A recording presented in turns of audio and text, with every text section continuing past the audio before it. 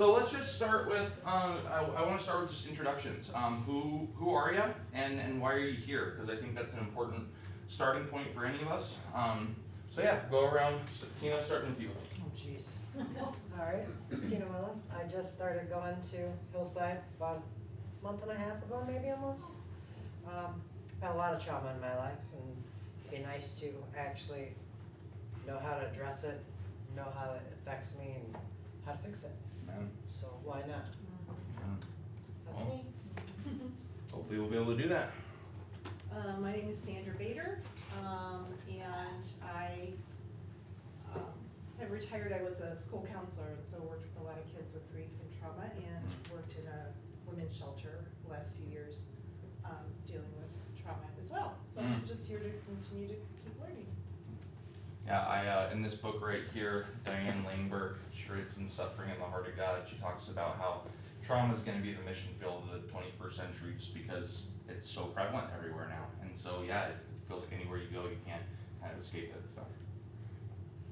Terry Visser, I go to Hillside, I know Eric, and he kind of showed us his what he had, and we got kind of excited about it, and just maybe trying to use it for as I help people or talk to people and see things, and just use it as a tool, kind of like when I'm talking to people. Yeah. Ken Visser, Hillside, she's stuck with me. We're very invested in Eric in terms of what his ministry is and what he's learning, and so we wanted to learn it as well, pass it on as much as we can, but we just want to get a better understanding of what it is, and so we wanted to participate. Yeah, Ken and Terry truly, in the truest sense of the word, are partners with me in this. So yeah, I very much appreciate you guys and very much appreciate being here. My name's Sarah, and my kids come here to tutoring.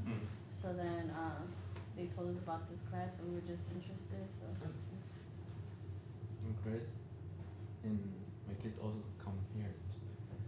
I'm the same reason for. Gotcha. yeah. So you're here the same reason he's here, because Yes. tag along. Yeah, no, that makes sense. That makes sense. So, well, my name is Eric O'Connell. I am a pastor over at Hillside Community Church, and I'm currently getting my Doctor of Ministry at Gordon Conwell, and my thesis is specifically titled Trauma as an Agent for Spiritual Formation and Growth. Now, obviously Streams is a Christian organization, but these 4 weeks is a lot more, what do I want to say? It's a lot more, it's very non-Christian friendly as well. This is something that affects everyone. And so for me, it's my passion to try and get the church to be more trauma aware as they engage the suffering of other people, because I think that's what we're genuinely called to do. But yeah, this is really just a conversation on what is trauma and how does it affect me. And part of why I think this is so helpful, especially for the Streams community, is the people that continue to come, is this is piggybacking right off of the parenting classes. And I'll tell you what right now, what I've always said as I've been genuinely walking with and engaging the suffering of other people. One thing that I've said to my wife that's been true is, if you want to cut straight to the heart of the suffering in someone else's life, like where is it rooted? One question: tell me about your mom and your dad. What was your relationship with with them? Tell me the good and the bad. So much of our current suffering and pain in adulthood is so intimately tied to that period of life. And so yeah, this being in conjunction with parenting classes is truly just something for me that is a huge blessing. So as we get started, this is going to be and I'll repeat these for new people that come, but the 5 sort of foundational truths I'm operating out of, right? So you'll see these come up throughout the entire 4 weeks. The first one is that you are a spire person, right? And what I mean by that, so it's important to know the terminology. You are a spiritual, you are a physical, you are an intellectual, you are a relational, and you are an emotional person. If one of those things is out of whack, well-being is pretty hard to attain. Happiness, peace, contentment. Okay, so there's multiple facets of who you are, and if we're not doing well in one area, the other areas get affected. Bad news is that pain and suffering is unavoidable, and it will take a toll. Yeah, there's no ifs, ands, or buts about this. This is just one of those basic human realities. Pain and suffering is going to happen. But the good news is that trauma truly is a script. It's a script that is very easily read, and I use the word control very intentionally because once we understand the script that it actually is, we know how to actually anticipate when things are coming, and we also know what the proven intervention methods are. But pain can also be repurposed as a gift, right? That's kind of what the whole tagline for this entire class is transforming our pain into a gift and our grief into growth. And with that too, it's the trauma in your life has the potential to be your greatest source of growth. So these are the 5 foundational sort of truths I'm working from. And I'm gonna have, at any point, if anyone has questions, thoughts, feel free to stop me. But yeah, this is what we're working with. And so I wanna start this way. I wanna tell you about Johnny, okay?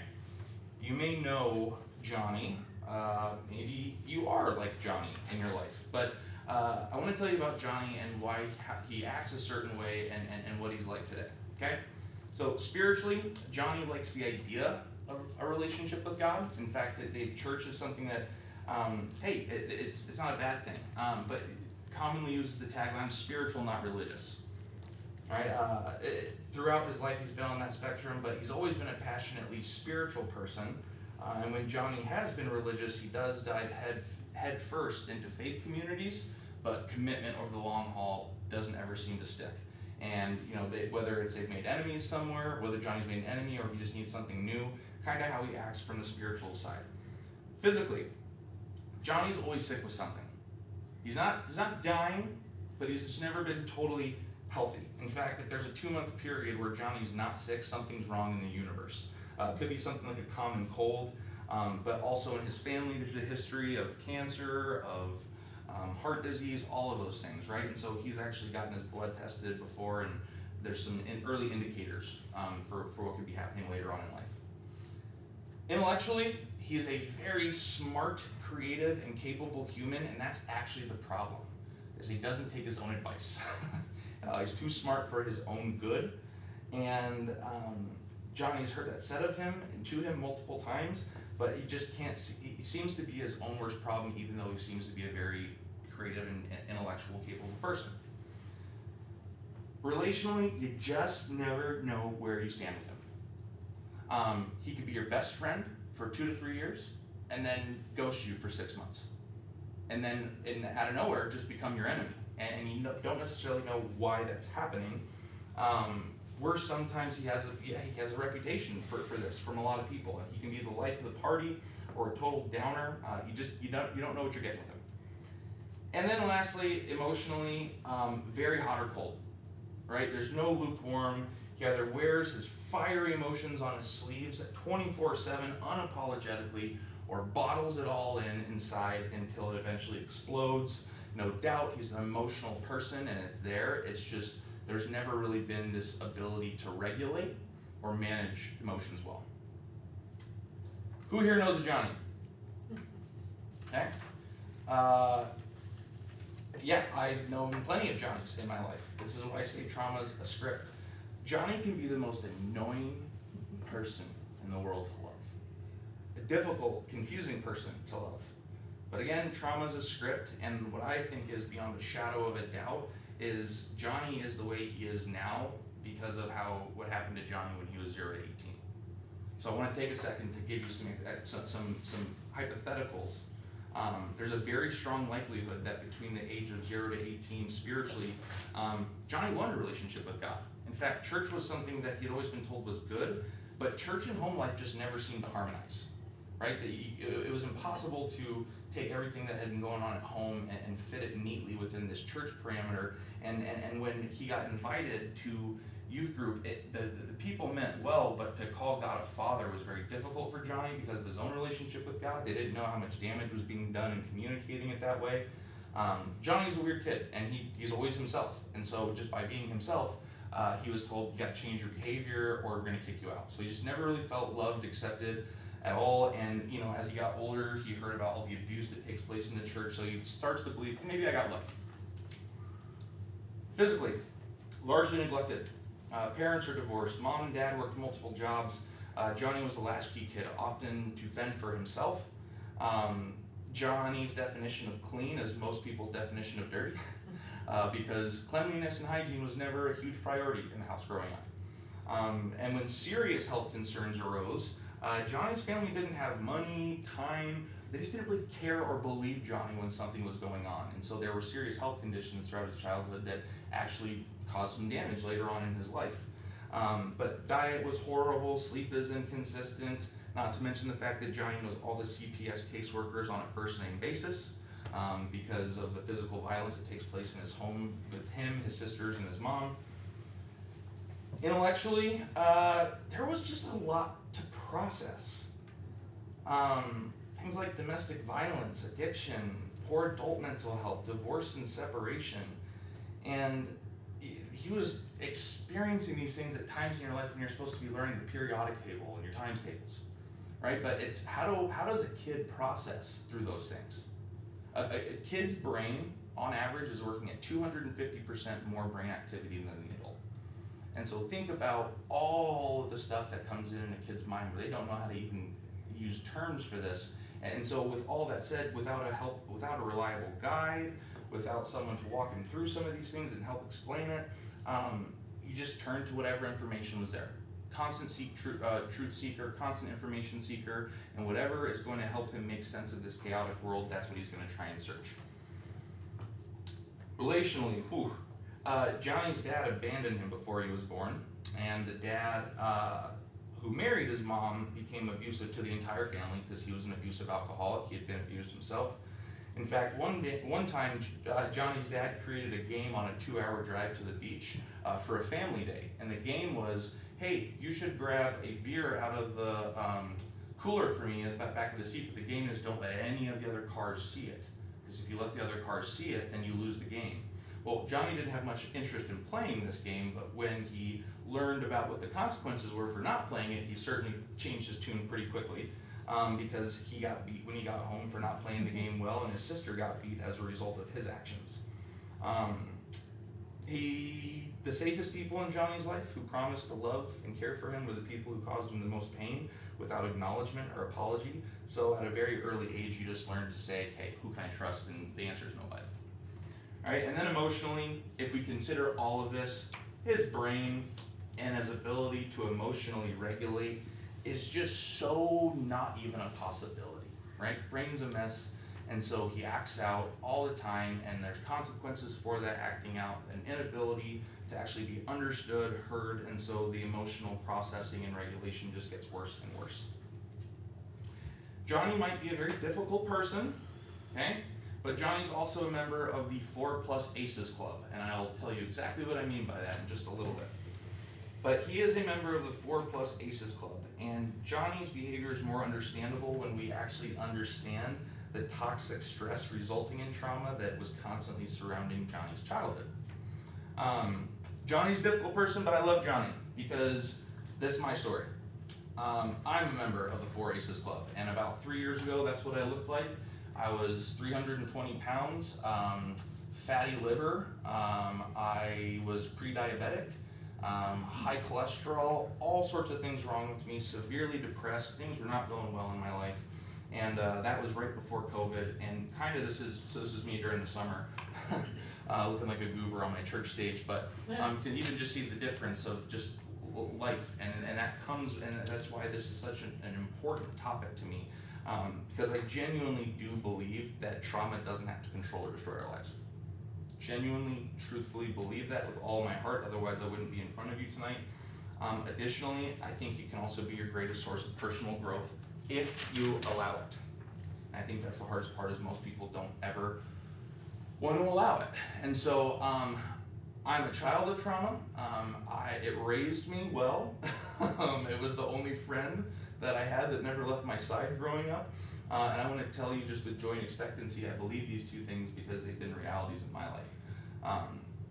So in order to approach trauma well, in order to confront it properly, because that's what we need to do if we want to grow from it, we got to know what we're dealing with. Got to know what we're dealing with, and that's really what this entire first session is about, is getting us aware of what is trauma and how does it affect us, okay? Because trauma is so one of those buzzwords right now. And it's so hard to even sort of come up with a working definition. So I'd be curious, before we actually kind of get a working definition, what would you guys say is your definition of trauma?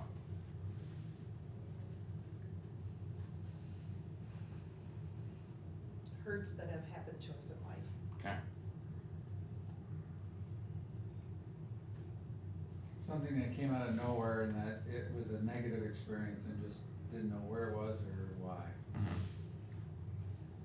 And like it continues to affect you. Yeah. Yeah. Oh, that's a big one, right? It's something that happened, but it didn't just happen once. Yeah. It's happening consistently. Tina, you got anything, or you good? I'm good. Alright. So, this for me is the most important part. I didn't put my definition as a pastor. The working definition I'm operating out of is that trauma is the suffering effects felt and or caused by sin. Alright, but there's a lot of different definitions. And this is at a base level, it's what it is, but I want to show you the process. Okay? So trauma happens when pain and suffering occurs in our life. That's the first step. That pain and suffering then causes toxic stress, as opposed to positive or neutral stress. For instance, right before I came here, I went in my cold plunge for 3 minutes before I got here. All the way up to my neck, submerged in 49-degree water. That is positive stress on my life because it's something I don't want to do, but it actually very specifically grows me in the moment. Neutral stress is, it's been a busy week for me, right? But toxic stress is something that should not be there, and it actually does damage. And so pain and suffering happens, we experience toxic stress, and the degree and the severity to which we react and respond to the toxic stress is where trauma is born, it's where it lives, it's where it grows, and the best news, it's also where it dies. Because, and this is people have asked me as I've been getting this degree, what's one nugget that you could communicate to people that they just misunderstand about trauma? And this is it right here. It's that the event is not the trauma. The actual event that occurred is not the trauma. The clinical definition of trauma is it's a person's emotional response to a distressing experience. Okay, so where that's really, really important is think about healthy people in your life that may have a very small thing happen to them, but it's like the worst thing that's ever happened in their life to them, and you're like, get over it. Well, and because guess what? It's their emotional response to something that was sudden and unpredictable, feels beyond your control, and it undermined that person's sense of safety in the world, or made them feel like catastrophe could strike at any time.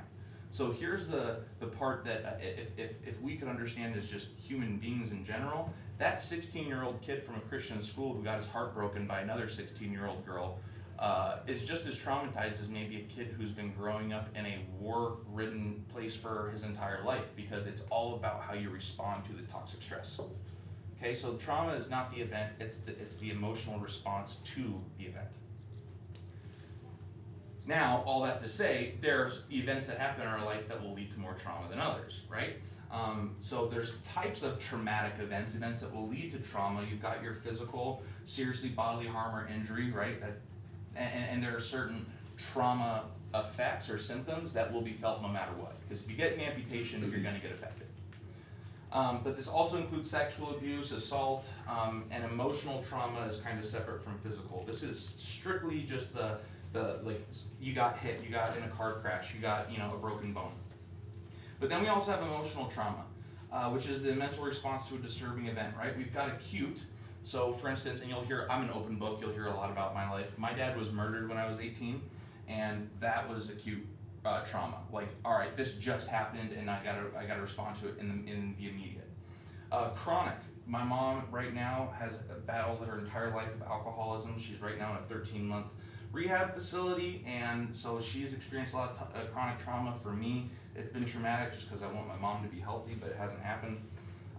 There's complex trauma, which is what I like to call the summer of 2020. COVID, George Floyd, and the election. All of them seem disconnected somehow, yet they all seem connected, and we all lost our collective minds together. It's just a lot of random events that don't seem to be related, but yet it has an effect on us. And then there's spiritual, relational, intellectual traumas are included in this. I'll get to that. That's why I say we're a SPIRE person. But then there's secondary, vicarious, and repeated exposure. That's kind of like pastors, first responders, people that have to deal with just really depressing and unfortunate circumstances in their life regularly. But some alternate definitions, just because I think it's helpful for us to really understand, again, what it is. Elizabeth Elliot is a woman whose husband and her family decided to become missionaries in this third world island that was unreached. First day they got there, they killed the husband, Jim Elliot. And the husband decided, or the family decided, we're gonna stick it through.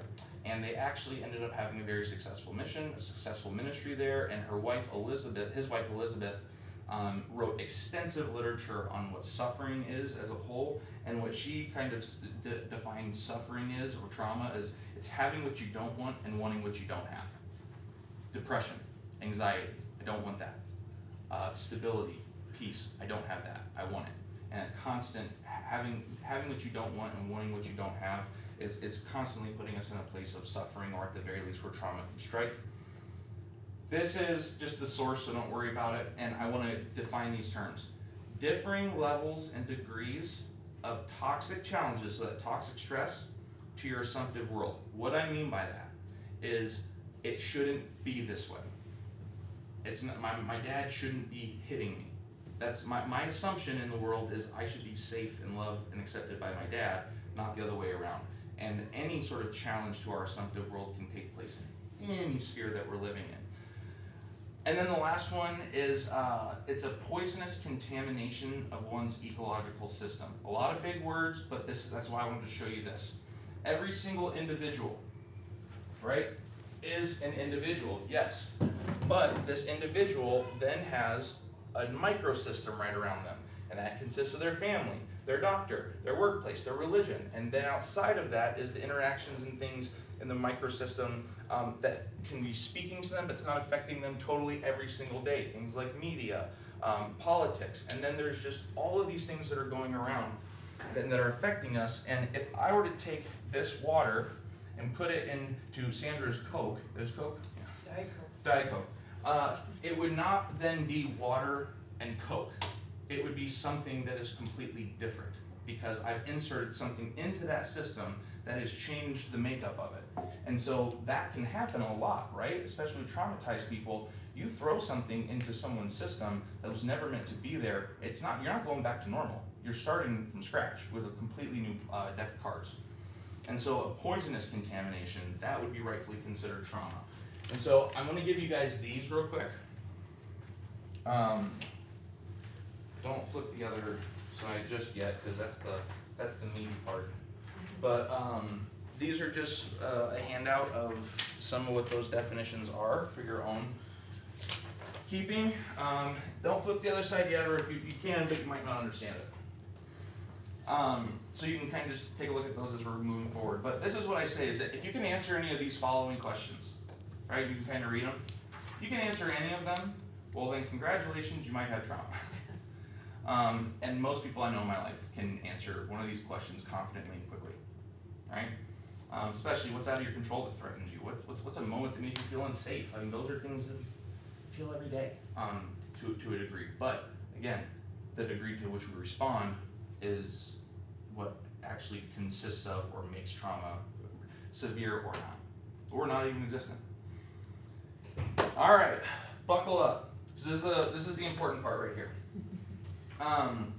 For any of you that have trauma in your life, I want to tell you right now, this will be an interesting experience, and I say it from personal experience, because if you have trauma in your life, and if you're part of the 4+ ACEs Club like myself, it's going to freak you out. There's good news. There's really, really good news at the end of it, and I would venture to say one of two things is going to happen. Either you're going to freak out, or you're going to feel heard and understood maybe for the first time in your life and realize, oh, it's actually not only me.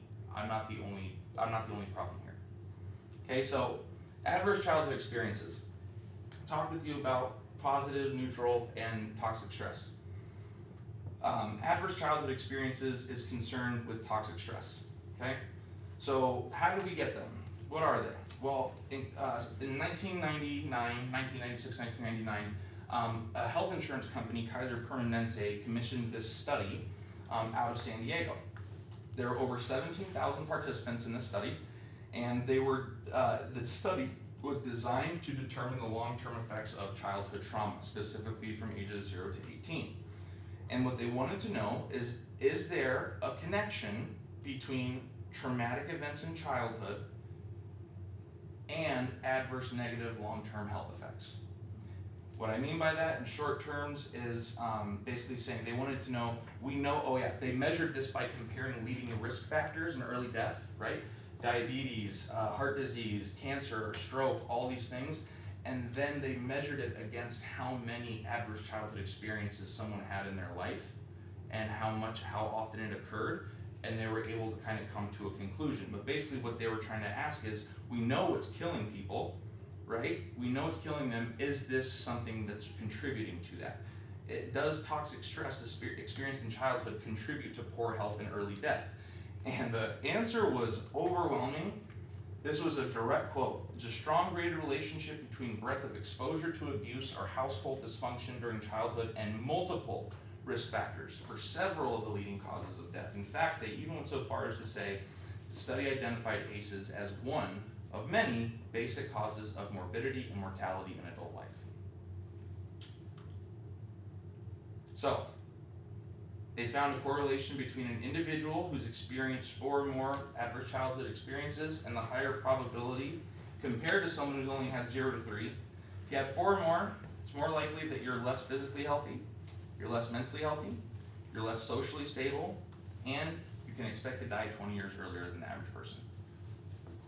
Across the board. So what are they, and how do they affect us? And I want to start by saying I'm 10 for 10 on this list. I had all 10 growing up. Okay? So know that you're in good company. Well, maybe. I don't know. We'll see. So here's the 10 events that can happen between 0 to 18. I would encourage you don't have to share, but I would encourage you to take inventory of how many maybe you've experienced. Or if you haven't experienced more than 4, think about people in your life who have. Okay? Emotional abuse. Parents swore at you, put you down, acted in a way that made you feel like you might be physically hurt, that you weren't loved, accepted, or worth anything in your home. Physical abuse of any kind, parent who or adult who exerts any real type of physical violence onto a child. That's a no bueno. You've got sexual abuse. And here's where this is really important. This is any sexual desire thrust onto a child before it's appropriate for them to process it. So I would want you to take a second and think about the implications of pornography in our world with that. That's not something a kid is ready to see, ready to process or enter into. But any type of sexual desire thrust onto a child can be considered, at least for this study, sexual abuse. Mother treated violently in the home. Substance abuse in the home. Alcoholic, street drugs, intravenous, whatever one it is. Mental illness in the home. And again, I just want to stop for a second and think and have you consider, how does a child process through bipolar at 7, 8? How does a kid process through PTSD? How does a kid process through generalized anxiety? Especially as they start to grow up and learn some things about the world and themselves. It's such a hard thing for them to be able to look at the person who's supposed to care and love for them and see them as weak, or at least that definition of who they are supposed to be strong. And it sets the stage for kids at a later age that it's hard for them to even recognize that there's a mental illness that's taking over their life. Parental separation or divorce, incarcerated family member, emotional neglect. I know it's kind of like emotional abuse, but it's really just lack of love and support, right? Latchkey kid, just parents were never around. And then there's physical neglect, which is basically a lack of basic needs or parental incompetence. Didn't know where your next meal was coming from, didn't know, I talked about in my story, I legitimately had a staph infection all over my face. They actually thought I might have had hepatitis B, and my mom thought I was just picking zits too much. And so there's that physical neglect. So if a need was not taken care of that caused pain and suffering, that's an adverse childhood experience. So now if you flip it over, but don't look at the bottom. Now if you flip it over, that's what this is, right? This is just a helpful little infographic. These are the 10 things that can happen in a child's life that affects them negatively over the long haul. So remember that study was done in 1999, and the most humbling part of that study in my opinion was that they actually said we may not have gone far enough. Like we may not even, we think we know what the damage is, but it might be worse than we could have possibly imagined. This was back in 1999. And so ever since then, they've evolved, and the Philadelphia ACE project specifically has included things like, basically they use that ecological systems theory and say like, hey, there's a lot of other things that contribute to whether or not a kid has an adverse childhood experience, right? If you're living in a place where there's a lot of community violence, where there's a lot of racism, bullying, injustice, it's really hard to, having emotional abuse is one thing, having emotional abuse in the context of maybe 3 or 4 other things kind of compounds the issue. They've been, adapted, used, but yeah, these are the 10. The 10 original ones, and the prevalence of them, you can see that here. This is just the number I'm concerned with. This number has skyrocketed since. Absolutely skyrocketed. There's no possible way it's still 4. In fact, I think the basic research right now says it might be 1 in 4 or 1 in 3 who've had 4 or more. It could be worse than that. So, but what are the consequences? This is where it might freak you out a little bit, but don't worry, everything's all right. This is where I'm going to show the video, so I'm going to plug that bad boy in real quick, and I'm going to go ahead and throw it up against the projector there. So happy I brought this. Do you want that erased? Would that Yeah, that'd be great, actually. 18, I can actually just bring this. Oh, you know what? I'm going to move this.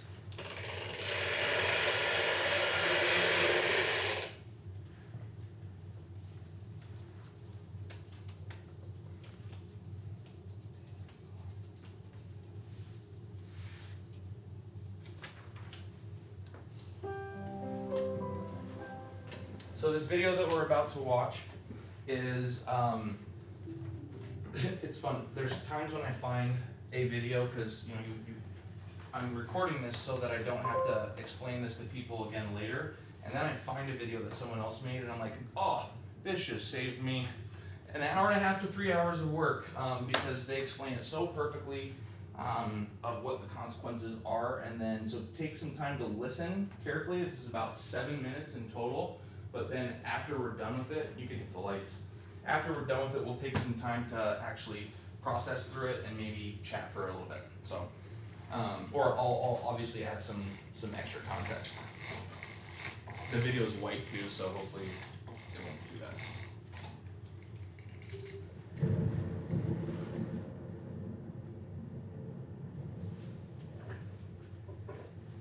All right, hold on. So annoying. What is going on? Give me 1 second.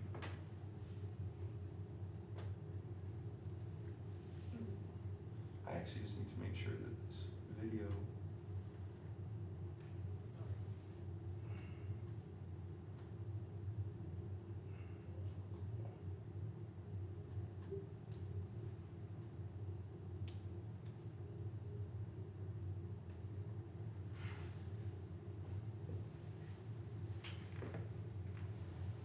Great. There we go. All right.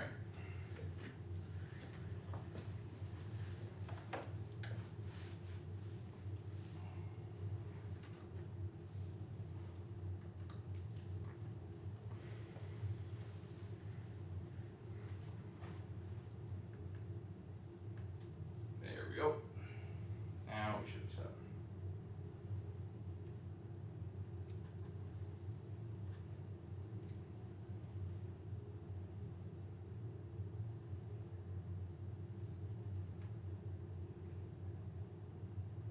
Didn't want to play nice with me.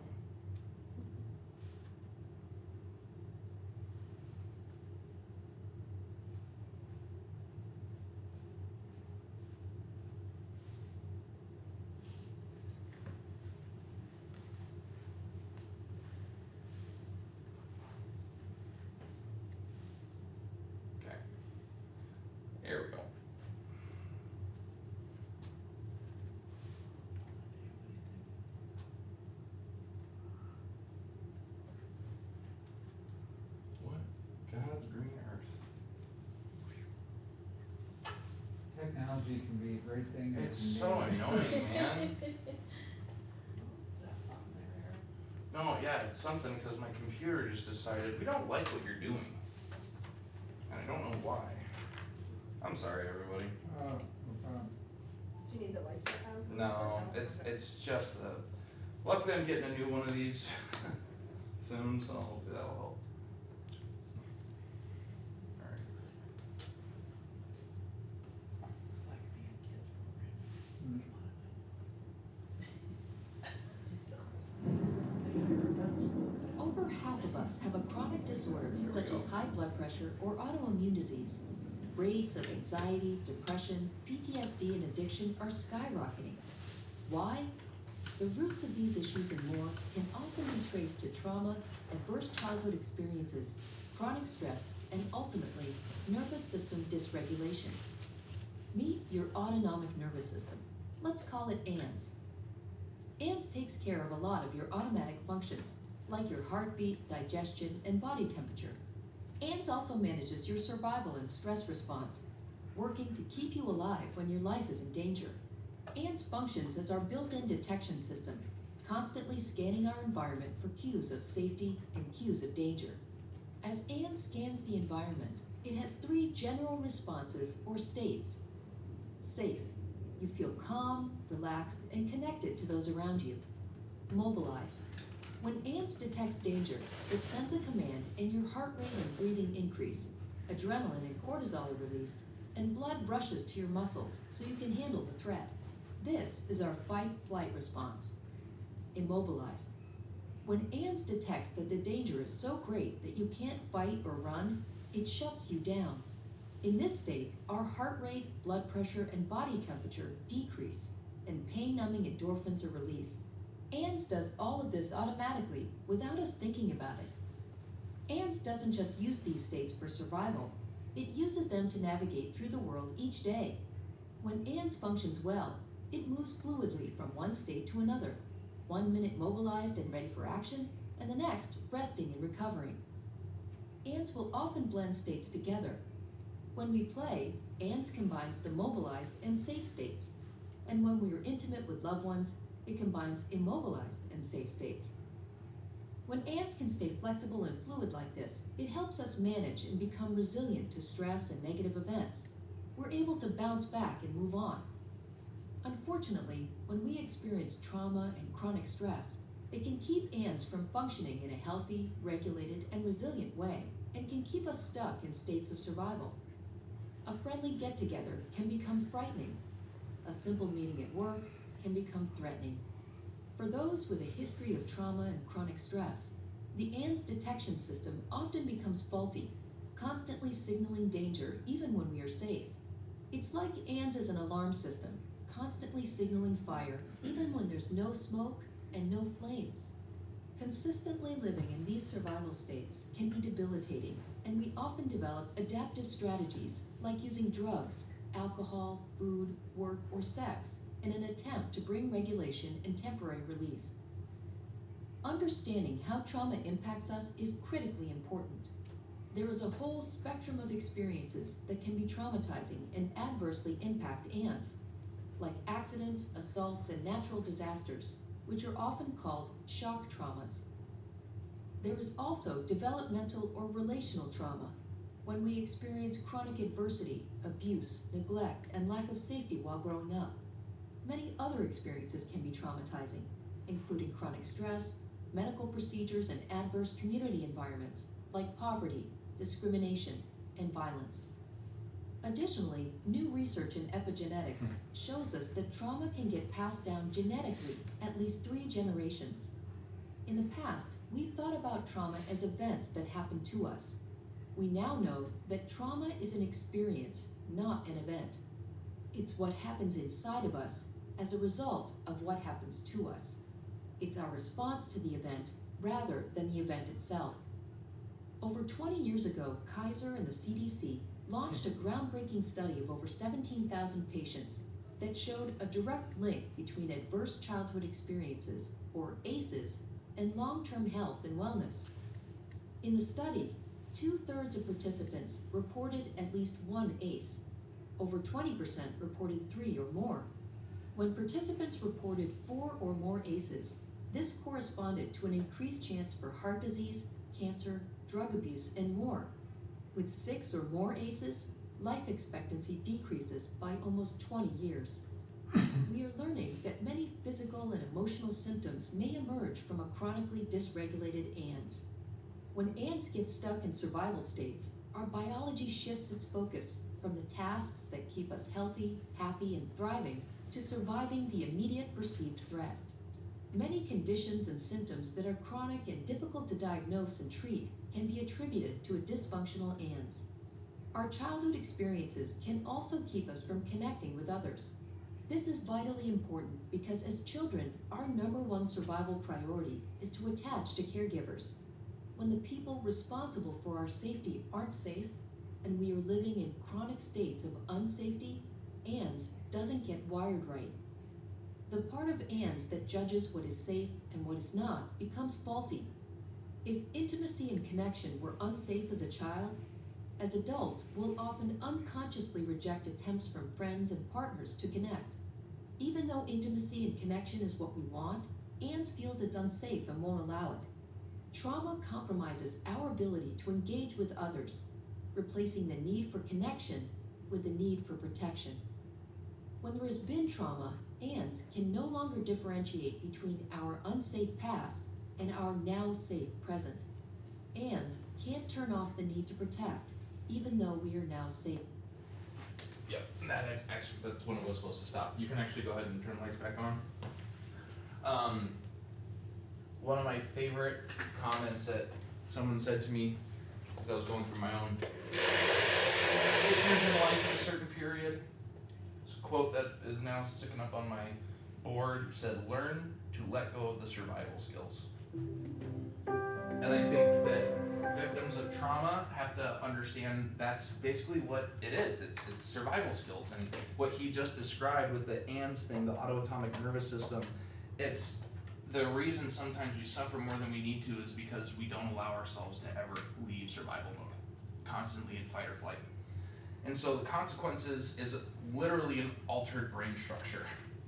And this is the part where it affects the most. And so 2 things I want to draw your attention to. Right brain, left brain, right? Is there actually a marker over there? Okay, I thought I saw a green one. There's expo, like. the Awesome, post yeah, markers. okay, cool. Oh boy, luckily that was just water. And I know Sue and Kayla and all of them, so whatever. Alright. Anyone here a fan of the show, or anyone here Marvel fans? Dang it, I'm 33, so. Alright, so you got your right brain, and your left brain. Alright? There's something called, let me use a different color. There's something called an amygdala that basically makes sure that these 2 connect all the time. Anyone know what right brain does? Analytical. No. Other one. Artistic.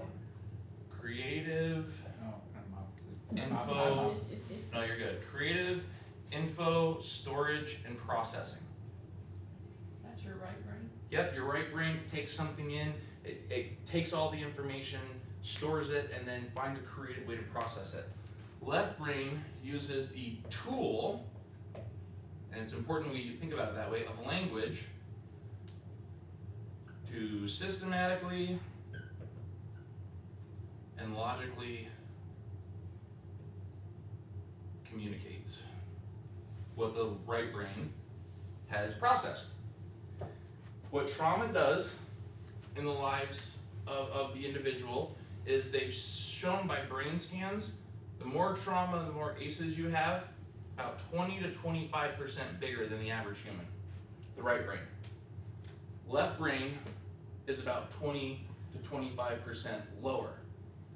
And so there's this part, and there's a show in Marvel where it's like this loom, right? And so what they're trying to do, the main villain, is he's trying to take all of these different realities, all these different universes, and shove them into just one little hole where it all coalesces into one thought. And that's exactly what's happening in the brain of a traumatized person, because they actually have greater capacity for information storage, for creative processing, for being able to actually think through things, but unfortunately, their ability to use the tool of language to communicate it. So if you know a severely traumatized person, those people are usually the most difficult people to communicate with, because they're all over the place. And I know that because I've been the one that's been all over the place all the time.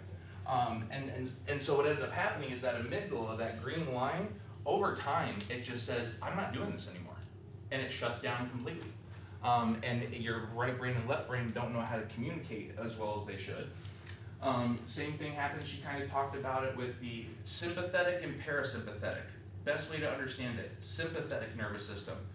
Alert, something's going on, I'm in danger. But what that actually does is when that part of your body activates, there's a lot of physical things taking place. The biggest thing is your heart rate elevates. Adrenaline gets dumped into the system. And then the parasympathetic nervous system, that activates to calm you down. And that only calms down when the trauma stops. But over time, what happens is the alert stage, it anticipates that trauma will come even if it's not going to. And so it gets worked up prematurely. And then in times when you're supposed to be active, your brain's been trying to keep you so active to respond to an alert that you crash at work completely, or you crash in the important parts of your life, because all of a sudden, all that cortisol has just been dumped into your brain, which is related to stress. And so your entire internal clock just says, we're not doing this anymore. And that same connective lens, or that same connective cord in your brain that connects the right and the left brain, how it severs over time, same thing happens with the parasympathetic and the sympathetic nervous system. It just says, we're not doing this anymore. And so then you get to a spot where you can't ever get to a point until you actually allow yourself to heal a little bit to ever emotionally regulate properly. So it does a huge, huge toll. Impulsivity and risk control centers, the ones that are damaged the most. I've already kind of talked about this, less physically healthy, overall less high blood pressure, weakened heart, diabetes.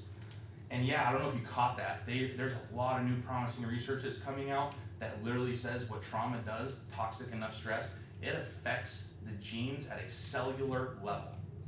And they found that people can experience trauma prenatally. Yeah, so this is something that, she talked about it, 3 generations. So if you ever wondered why can't this curse escape my family, that's probably a good reason, because it is quite literally coded into the genes of this person. Less mentally healthy, right? Higher rates of depression, anxiety, PTSD, substance abuse, suicidal ideation and attempts. Less socially stable, antisocial disorders, very common. Risky social behaviors, early pregnancy, 50 or more sexual partners is common. Poor work performance, domestic abuse and violence, whether you're the perpetrator or the victim. And then life expectancy, again, decreases by 20 years. Let's get back to Johnny.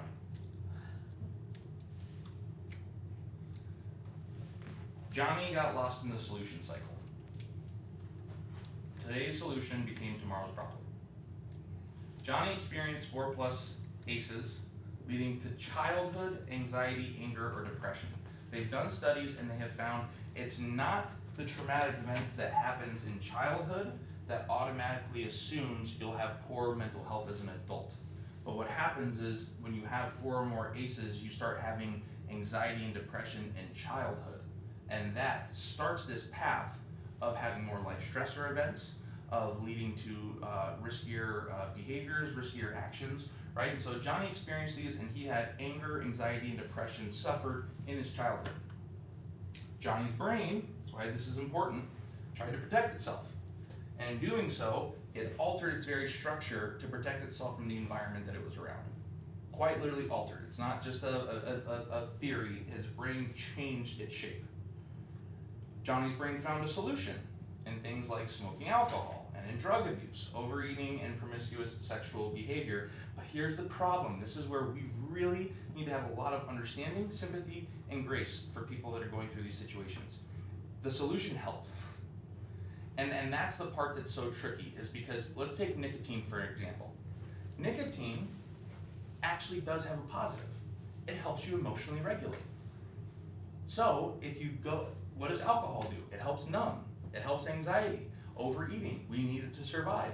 There's plenty of benefits in a healthy, sexually intimate relationship. These are good things that we're trying to reach for, and no wonder the brain wants to reach for them because they need a solution in the moment. Problem becomes, does Johnny continue to experience this toxic stress and more ACEs without an ability to escape? Right? His brain learned to keep reaching for these. I just gotta keep reaching for it, because it will make him feel better. That's the part that we genuinely need to understand. It will biologically, physiologically make him feel better in the moment. The solution is to feel better today in order to survive until tomorrow. But what's helping me feel better today is gonna harm me physically tomorrow, which is gonna make me feel bad. Not gonna feel good about it. And then the cycle will continue and continue and continue and continue. And what normal, right, I always put those in quotes, what normal, healthy people would consider a problem, substance abuse, dependence, overeating, risky sexual behavior, it actually provides the user with 4 or more ACEs a legitimate, usable solution to ease the pain, calm the body, and emotionally regulate. And those aren't bad things, those aren't bad goals. But today's solution becomes a major contributor, or it becomes the cause, the actual cause for the problem that leads to early death tomorrow. Right? So let's rethink our feelings about Johnny for just a second, and this is where I want to have just a couple moments. Knowing what we know about what we just talked about, can we understand that Johnny's a difficult and confusing person? Is his behavior more understandable? And then again, I want to take some time to kind of maybe group think this. And I would love to hear your guys' thoughts. I would love to, and remember, there's good news on the other side of this. Genuinely good news. And I can tell you right now, I heard this, so a lot of what I just presented to you, I became a Christian when I was 16 years old, and I heard about adverse childhood experiences the day after my 32nd birthday. So it means I had heard about this a day after I'd been a Christian than I hadn't. Like, I'd been a Christian for one day longer in my life than I hadn't, and I realized that all of this stuff, all the pain in my life, so much of it was stemming from this, and the resiliency factors are the people in my life that stepped in when I was 16 and just never let me go. So there is good news. There's a lot of good news, but I want to start by saying this. What is our reactions to this? Anything that was surprising? Anything that you never heard before? Anything that you take issue with? That explains a lot. Right? Like, what would it take in Johnny's life to change his course? Don't get ahead of me. Come Oh, on. sorry. No, you're That's good. coming Sorry, up. no, I'm just thinking. That's you the know, good news. he- That's the good he- news. Yep. You know, his brain at that point, like, first of all, how do you see Johnny? I mean, how do you first, if you meet someone, like, say as a teacher, how do you first say, ooh, I can see Johnny? Well, I can What do tell I you, look for? I was a form of Johnny that I am Yeah. no longer anymore. Okay, And I smoked for cigarettes, Uh-huh. started at 11, Mhm. 11? smoking cigarettes. Mhm. I never was a drinker because my father wasn't in my life because of alcohol, so I never drank, but I did do opiates once I got Okay. into my 20s. Okay. Once I had my first child, and I had my first miscarriage at 16. Yep. Oh, I had another at 17 and another at 18. Yep. But I also had my first child at the end of my 18th year. my. Okay. My second child came at 21, so I had a number of miscarriages. I had 2 addictions already, and then I started smoking pot too. Mhm. And I added it all in there, and I never stopped until I finally got back to my religion. Mhm. And he's the one that convinced me, look, what are you doing? What are you doing? My teeth were starting to rot. I have heart palpitations all the time from the cigarettes. And no doubt, 11 years old, I'm 50, I just turned 50 Monday. Yeah. So, and I'm only 2 months clean of all of it. Wow. But you look way better than you did 2 But months when ago. you said the difficult person, I was that difficult person. Like, my family members would say to me on a daily basis, why do you react like that? Why do you do that? Because they didn't know that. And I never understood why they felt that way. I always thought, I'm justified, what do you mean? Mhm. Why are you doing this to me? But it was the complete opposite, but I didn't have a clue. So you and then myself, I know this is true, and again, I don't know what your experience has been, but like when I say trauma is a script, that experience you just described is basically it's that whole right brain, left brain thing I was just telling you about. You ever realize how most traumatized people have a tendency to repeat themselves over and over and over again? Over and over. The same My thing? husband's the same way. He It's will- because they're trying to resolve that. Yes. They're trying to resolve, you're not getting it. I'm trying to creatively process and tell you what I'm thinking, but this tool that is language, it's not helping me to assist you understand how I'm feeling.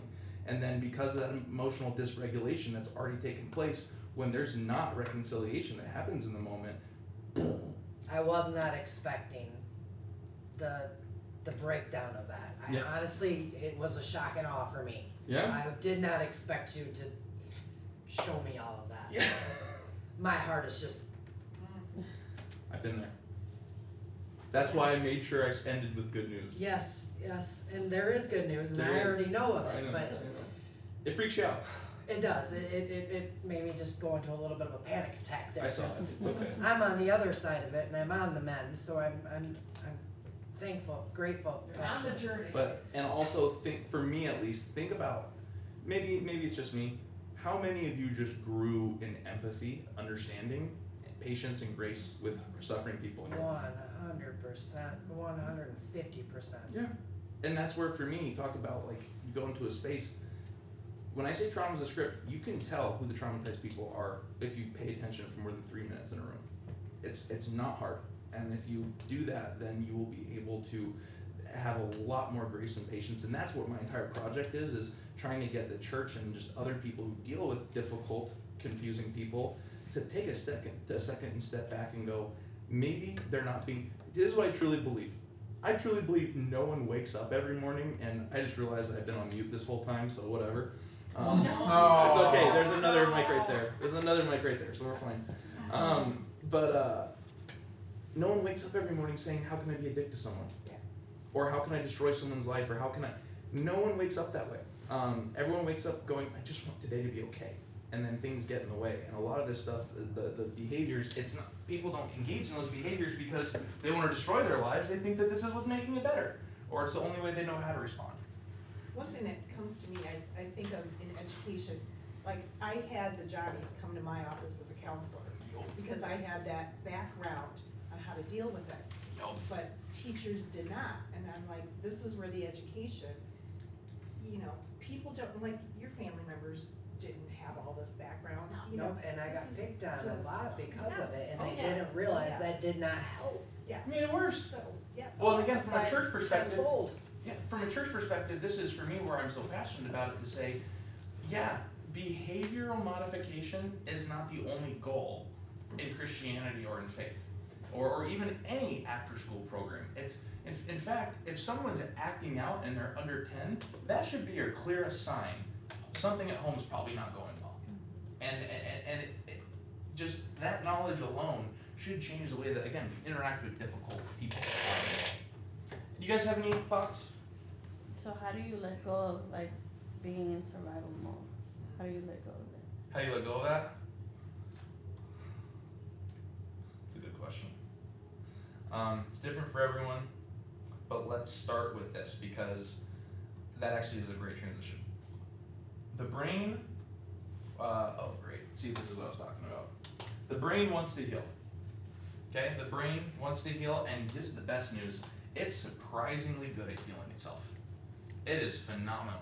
So as quickly as it can get damaged, it can get healed. But you need to give the brain the space and the time to allow it to do the work of healing. This is taking forever now, so that's where I want to try out. Yeah, you need to allow it to, I'm just going to go ahead and move forward a couple. But if you give it the space and time to do the work of healing, the brain will go to work and start healing itself. But, oh, perfect, that's actually a good time. This is the second part of the video. So I'll let her do her work like she did so well last time, and then this is sort of like the last section, and I'll take it home. I'll take us home from here. Oh, you want to go ahead and erase that again? Sorry. Yep, Erase it? Yeah, I got the, oh, you have to, there's such good work over here. I know, right? I need to create a different document of it anyway, so we're all right.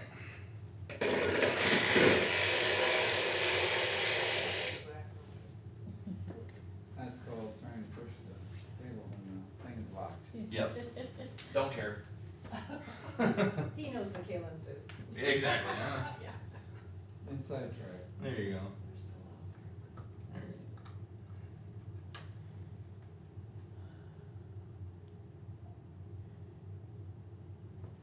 I just wanna stop mirroring this real quick. Sarah, we just want a quick fix, you know, Yeah. like, yeah, just tell me the answer. Yes, Yeah, I wish that were the case. Come on.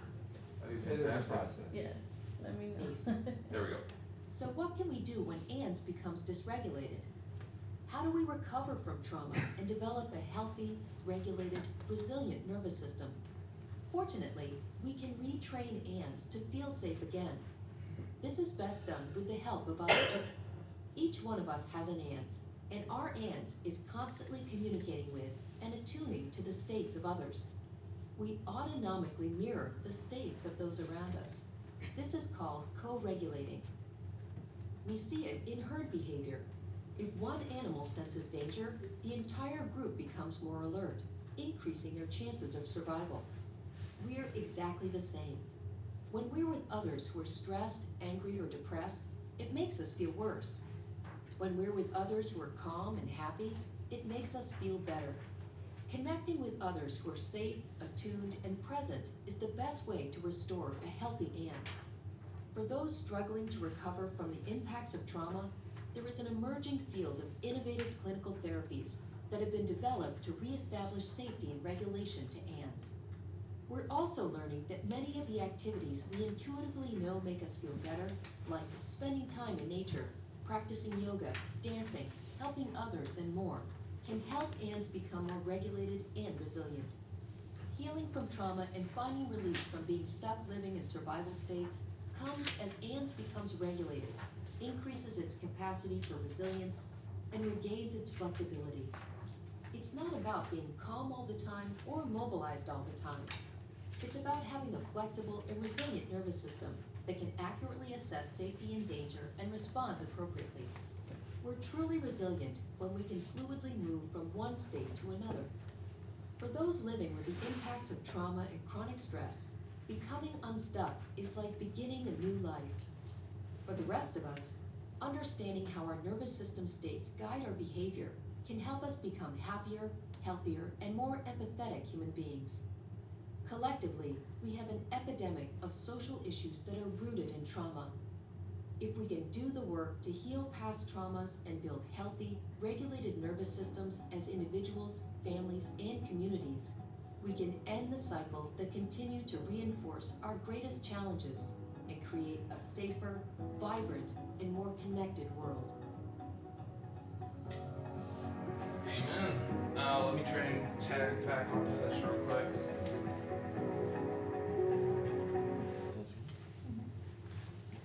So what I just handed out to you is, there we go. What I just handed out to you is a much more thorough undertaking of what I'm about to share with you, because it's 7:12, so we have about 18 more minutes. This literally, so what's really funny is a lot of the stuff that, like, if you actually were to check like the manuscript that I have that I'm operating out of, that video that I showed you, I found that yesterday, and I already had all this information like ready to communicate, and I was like, oh, they just do it so much better, like everything I wanted to chat about, and then today I found this, and this quite literally is, it is the detailed sort of like, this is the proven resiliency factors. These are the things that you need to do or these are the things you need in your life to hopefully grow from these things, right? So let's start with this. Oh, come on. So proven factors to increase resilience and grow from trauma. And you'll understand why in just a minute. I don't want to stay stuck in the word resilience because I don't think it does us the service that we need. So yeah, healthy relationships with adults, that's a big thing.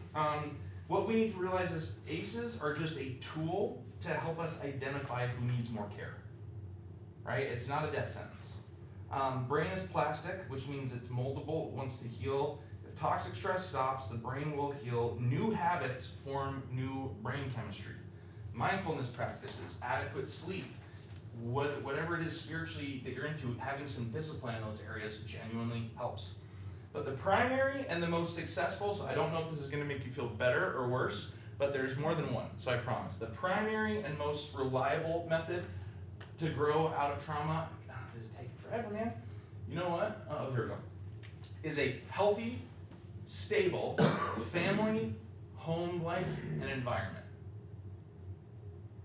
Easy enough, right? No, it's not. It's actually very difficult. But what are 5 factors that help promote this goal? I'm just gonna get to all 5, so because this is getting a little unresponsive. 5 factors that help promote this goal: good health, adequate nutrition, security and safety, responsive caregiving, and opportunities for early and ongoing learning. I did not make these up teaching this class here for the first time, but tell me that's not exactly what Streams is all about, is providing all 5 of those things. Genuinely, and the right healthy neighborhood hub, like that's what Streams basically exists to do, is to help you with these things, to help grow from this. That's why you can see me getting goosebumps. That's why I was so excited that this is the first time I get to share this stuff with a group of people, because this is the best place to be involved. And they really can, because I mean, think about this. Ken and Carrie, you can hop on, but I mean, yeah, good health, in terms of classes that are taught here, what we're doing right now, adequate nutrition, one of the best food banks I've ever seen in my life in terms of quality of food. And Meals on Wheels site. Yeah, Meals on Wheels, that's great. Exactly, that security and safety. I mean, you can't get through this door without, someone letting you in. Responsive caregiving, again, that's teaching, parent classes, helping you guys understand this as you go home with your kids. Catherine's. Yeah, exactly. Bingo. And then opportunities. Yeah, that's what we're doing. Swag, like Tutoring. basically Streams could be understood as like a ACEs recovery center for people that need it. Okay, but then here's the other things that promote it. And some of these are a little bit repeated, but a strong family nature. Ability to find other sources of help and support will show up in just a second. An important person outside of the family circle, being well liked by friends and peers, that does help when you're not actually the problem in the room all the time, and that's where healthy people can help a little bit.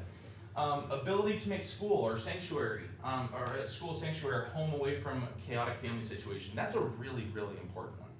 Talk to any traumatized kid. I remember the moments that I first started to experience growth from my traumatic childhood was moments that I was taken out of my home for an extended period of time.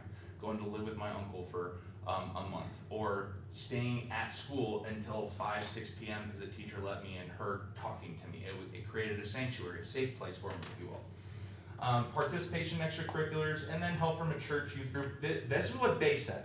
This was what Kaiser Permanente said, not Eric's opinion, but said these things do help because you are a Aspire person, and spiritually, even if you're not there, that's a part of your well-being. And so, hey, Hillside or I would love to help if this is something you want to try. Genuinely, I can talk about this for 4 hours. Like, this is my most passionate subject of my life, and so I will gladly, anyone that wants to chat or need help, this is, and I genuinely say this, I have not felt this way in a very long time. This is what God put me on earth to do, is to talk to people about trauma and help them grow from it. So. Second intervention method, right? And it's just as important, because maybe you're like, yeah, that all sounds great. That's not happening tomorrow. That's not happening next week. It's not happening in a month, right? Second intervention method is twofold. Increasing our awareness of the occurrence, I'm gonna wait till it pops up. Increasing our awareness of the occurrence and prevalence of ACEs in your childhood and the lives of those who are living in your home and people you regularly do life with. So especially like your own kids, if you know they've experienced some of these things, an increase in awareness of this is what these things are and this is what they do, that's the first part, but then the second is even more important. You need to increase your awareness of your emotional response to toxic stress and ACEs, whether it was your own or whether it's ones that are happening right now. Because if you can be aware of those 2 things, then one of my favorite pieces of advice in the entire world, and that's these 2 things, is what we did tonight. So you're asking, even being equipped with this information is helpful, because what it ultimately puts us in a place or a perspective is what I like to call, and it'll show up here in a second. Come on, do as you will, just know why you do. you're allowed to do whatever you want. You're allowed to make the decisions and emotionally respond and regulate however way that you feel that you need to survive. But increased awareness of the occurrence, the prevalence, and the reaction that we have to toxic stress from pain and suffering, if we can actually have increased awareness of those things, it increases the likelihood of growing out of trauma or avoiding it altogether. And I truly mean that moving forward. You have a similar situation pop up, you can be aware of these two things, it increases the likelihood that you don't even have to experience trauma from something you would otherwise experience trauma from. You will experience the pain and suffering, don't get me wrong. That's coming no matter what. But you don't need to have a traumatic response to it. You can have a healthy response to it. So this is what we're going to talk about next week. Growing begins, growing begins with knowing. I'm just going to go through all 5 of these. That's going to be our topic next week, and it's specifically on the topic of post-traumatic growth. And if I did not believe that that was a real thing, then I wouldn't be here tonight. Post-traumatic growth is an actual clinical term that has basis in scientific studies, academic peer-reviewed journals. It is a real thing. Brain wants to heal, you just have to let it. We're not aiming for hardiness, for resilience, optimism, or just a sense of coherence or well-being. What do I mean by that? Hardiness. All 4 of those things take pain and suffering and trauma and try to deny it, to get it out of the way, right? Hardiness. I'm just gonna push through and nothing's gonna affect me. I don't care how bad it's gonna hurt someone else. I'm hard enough to where it won't hurt me. Resiliency. I will persevere through whatever hardship. I'm not gonna let it affect me. I'm not gonna let it define me. I'm certainly not gonna let it take me down. Optimism is I'm just gonna choose to be happy and ignore the pain and suffering. And then the sense of coherence and well-being is sort of like this stoic, all is well, nothing new under the sun, who cares? No, we want post-traumatic growth, because what post-traumatic growth does is it takes that trauma and it puts it right in the center and says, this is the fuel.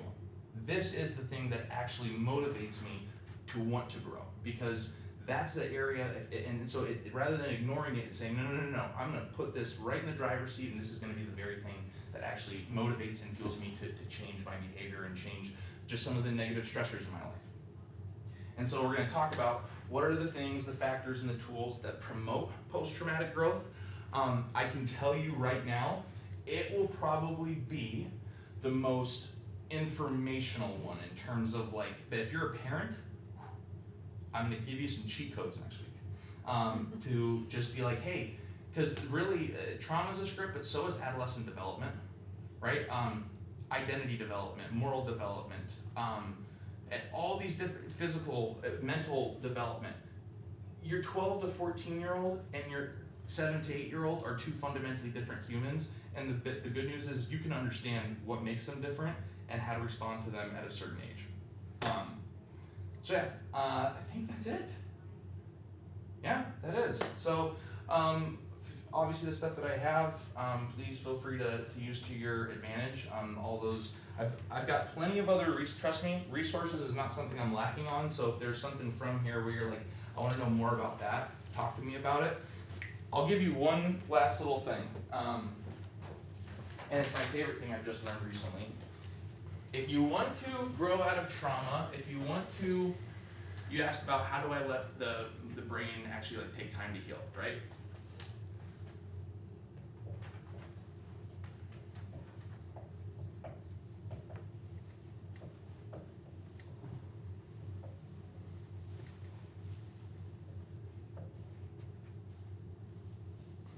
I'm gonna tell you why.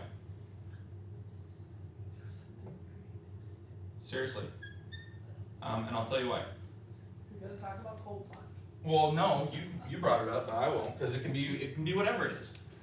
They did studies, and obviously you can tell I'm a big fan of brain development and all the terms.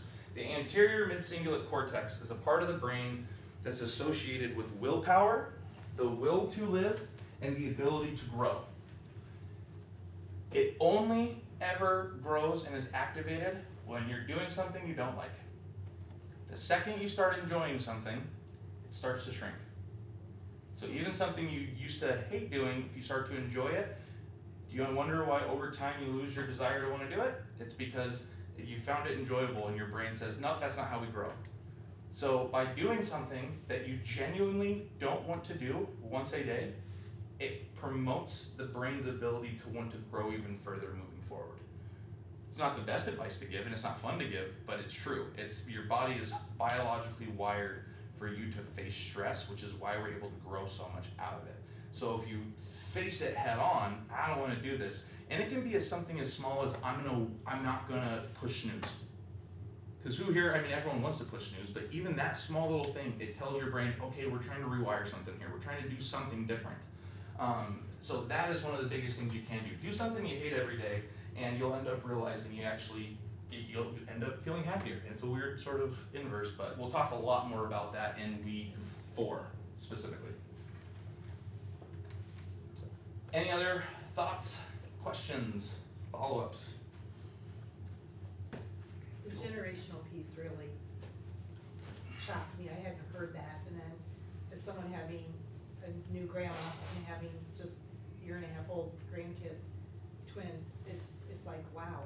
Mm-hmm. Like, what did I pass down to my daughter, that passed down to them, you know, and just trying to set them up for success, for having positive family home. I mean, Well, and I think that's because the intergenerational part, yeah, if the stress is toxic enough, it can be transmitted generationally. But even if it's not that toxic, I mean, how many parents do you know who had a rough upbringing, but then inflict the exact same damage onto their own kid? It's because they don't realize that it's what's happening right now that's setting the stage for them to respond this way in the future. Because that's what happened to you. That's all they know too. Yeah. That's all they Exactly. know. yeah. It's all they know is like, this is how I operate in the world. And so this is for me where it's like, if parents can have an awareness of this, they can stop the cycle because they can realize, oh, this hurts my kid. Like this hurts my kid at a level that I don't want them to be hurt. And so I think that's where you can genuinely start stopping the cycle. It's like, okay, yeah, I'm not going to physically, emotionally, or, abuse or neglect my children because that will make them physically, emotionally neglect and abuse their own. I think it's so easy to say, but like for me, like when I feel like my kids don't listen to me, I start yelling at them, and I know how that affected me as a kid, but then I don't know how to, like the right way to get them to listen. You know what Yeah. I'm saying? Like, and then it just goes back to me yelling. But it's like I know it's not what I should be doing. But then it's like, what do I do? Like, Yeah, and what do you do? So I can tell you, so this is literally what we're gonna talk about next week.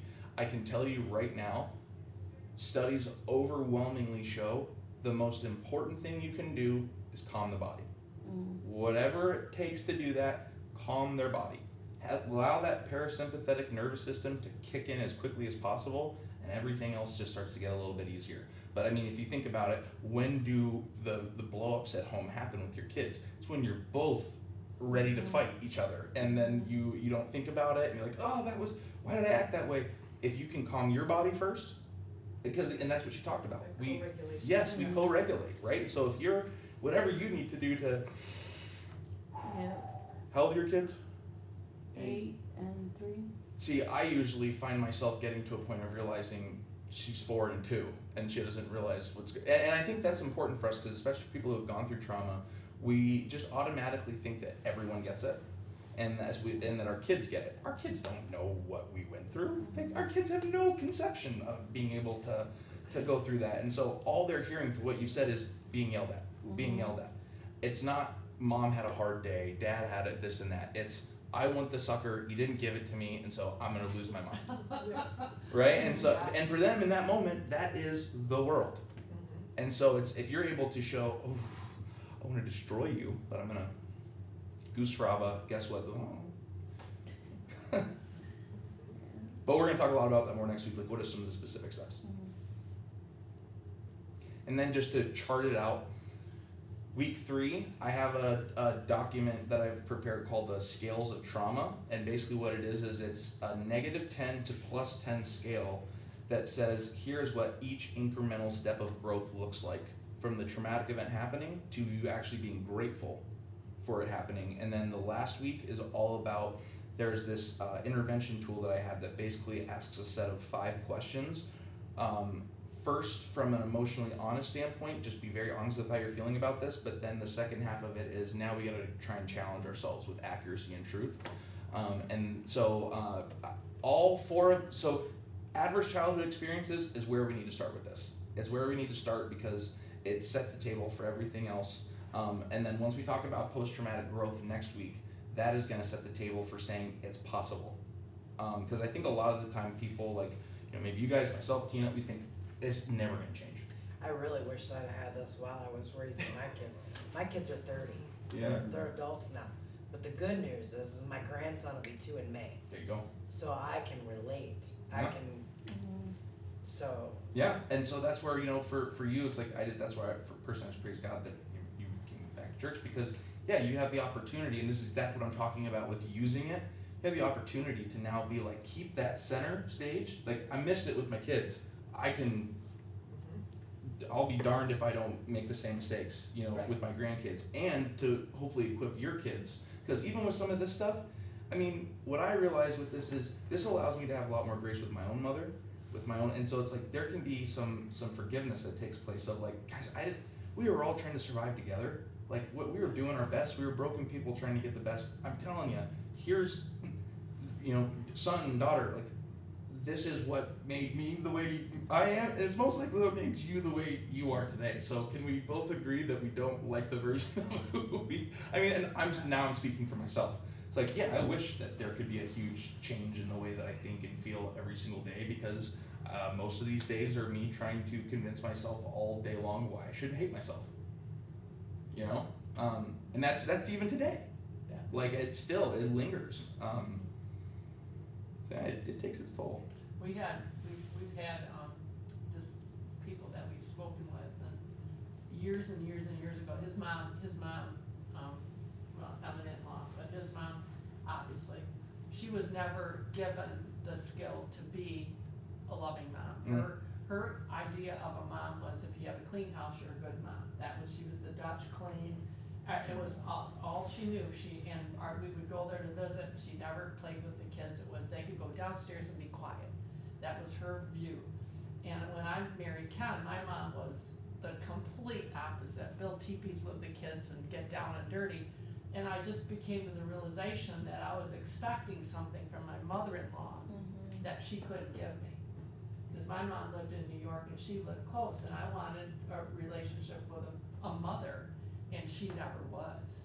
And it took me so long to figure out that she can't do it. Incapable. She was incapable of doing it because she was never given the, And never taught. never taught She how to didn't know be. And growing up, her mom, great grandma was kind of dirty, and it was keep a clean house, and then grandpa was happy. Yep. So that was her role growing up. So that was her view of what being a mom was, clean the house. Yeah. Well, I even think too, like, you know, someone that you and I both know, we've had this conversation recently, like, it's a single mom who's, you know, been abused before, got out of a marriage, had 2 kids, was dating another guy, they got pregnant. He wasn't as abusive as the first one, but definitely abuse characteristics, and he ended up just leaving her with the kids. And when I went over to her house, you know, just to, you know, survey the damage that had been done both physically to the house as a blow up, and then just see how she's doing. One of the things that she said, you know, I remember just chatting with her, and she goes, I was like, so what happened? Like, what was the line in the sand? And she goes, well, you know, we were chatting, and he just goes, this is a fun time for you to walk in for the first time. He goes, well, yeah, he just said, like, oh yeah, you're just being a bitch. Like, you're just being real bitchy all the time. I was like, oh, okay, that makes sense to me then. She was like, what? I was like, well, that had to have been the line, right? And she was like, no. I was like, oh, well, for what it's worth, I've been married to my wife for 12 years. The thought of calling her that has never even entered my head. And for her, it was like, she immediately went to, oh yeah, my dad called me that, my first husband. And it's genuinely, when you're talking about the incapacity, she doesn't know there's a different way. That's the only version of masculinity that she's felt love from and secure from. And so it's like, of course she's gonna go find that guy. But then the problem becomes is that her kids will follow in those footsteps. And so, yeah, see, this is where it gets me excited. We're gonna talk about Break all those this. chains. Well, it really, Mind-blowing. and it really is about that, because when you're seeing, when you grow, I mean, with parents that didn't know how to love and show affection, weren't given that love and affection. Right. And when you show that to your child and they grow up, they tend to show that to their child, and if you don't break that chain, the one thing I can say is, while I didn't have this with my kids, I did break some of the chains, I did Yes. make the change, took the stand and said, no. Yep. Good Uh-uh. for you. No, Good for you. not no more, because Good my for kid's you. 30 years old. My grandson's almost 2. He's 30. I had my first child at 18, remember? So Whoa. I did break some chains. They Yeah. waited till they were older.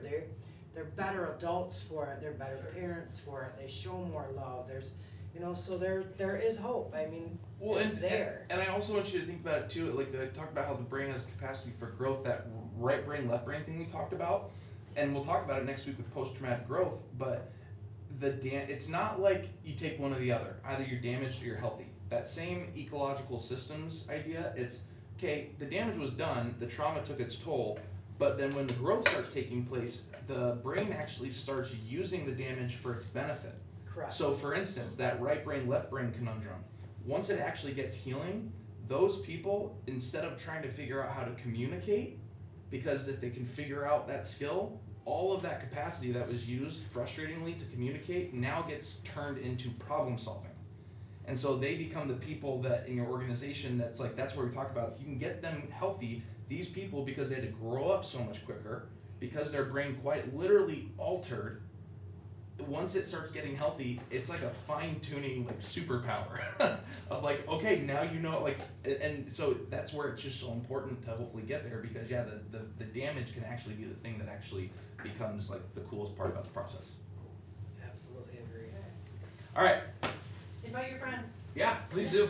You'll have 2 more for sure next week. The Polanco family that was supposed to be here, say a prayer for them, because she said family emergency, pray for wisdom and safety is all she said, so. Look, if I'm teaching a trauma class and I don't expect something to go wrong in the 4 weeks, that I'm Yes. not the guy to teach the class, I can tell you. And I know Crystal will be here too, because she's in Florida this week, Cool. visiting, so. Eric, did you want us to? We have plenty of room. Take all of them. Oh, those aren't mine, but Oh. Sue, did you mean for them to take those? Or do we want to leave them here? They can, if they want a folder, they may gladly take one. I knew you had handouts, so I thought, I knew I'd have I'll them. have these, If you wanna take a flyer to share with anybody, please do. at the very least, I'm gonna take a few of these, because what I'll do is Would I'll your put all of family them. love this? I'll take one. Will your kids eat it? Will you guys eat it?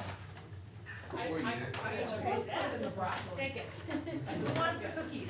I'll take the cookies. You take the cookies. I got the grandkids soon, so. You like these 2 for your That's a lot of grandkids? Do they cookies, like though. these little plum crackers? Those are good. I'm too lazy to go all the way back. So I'm gonna pass it all the way. So Gina, now you know why I wanted to chat with you about this stuff? Thank you. Take Yes, one, Ronald? Yes, for sure, please. for Yes. sure. Make more sense? Absolutely does. You like the peppers? Definitely Yeah. get home, for sure. Good, I'm glad. Yeah. But yeah, no, that's because I felt that the But I first think time, that's good till the Walt 25th told me too, about all this so. stuff. I I didn't just have 10, remember, but I had 7. I remember my first response being Please do, oh, take 2. no. Special meaning. like, Do they? Why? and again, I thought about my age and all that stuff, and I'm just like, am I totally screwed for the rest of my life? That was the first thought I had, You know, the Lord has really been working on me with that type of stuff exactly. Like, when you said that's what he's got me on that same path. So you know exactly what I am going through. I almost He to a is, T. he is right there with me going, no, we're gonna turn this around for good. And- We're gonna turn this around for good. Awareness of it, because here's what it is, it's just, again, knowing this Your stuff, recovery and all of that, now right? it's not I mean, seen as just a problem. it affects us. And that's what it feels like, And it every doesn't single day, just go of away. every moment is, You're I'm healthy, the problem. right? You- Even when you things are think, but good, it's- and so this is something where it's, It's yeah, something that's you're always like in the your things mind. part of the problem, Yes. you're not Or just to the say, problem. so easy. The And biggest saying that to thing myself. Allow is whatever forgiving yourself, you for choose or find. allowing yourself to have to go down that. And but you know what, and I will talk about this, that sort of that lack of ability to forgive yourself is part of the survival mechanism. Yes. You know, and so that's where it's, alright, how do we start chipping away at those survival skills to not allow it to, cause ironically, the survival skills are running out of kills. Right, right. Used to be off the county library kind of back here. Oh, yeah. And so see you next week.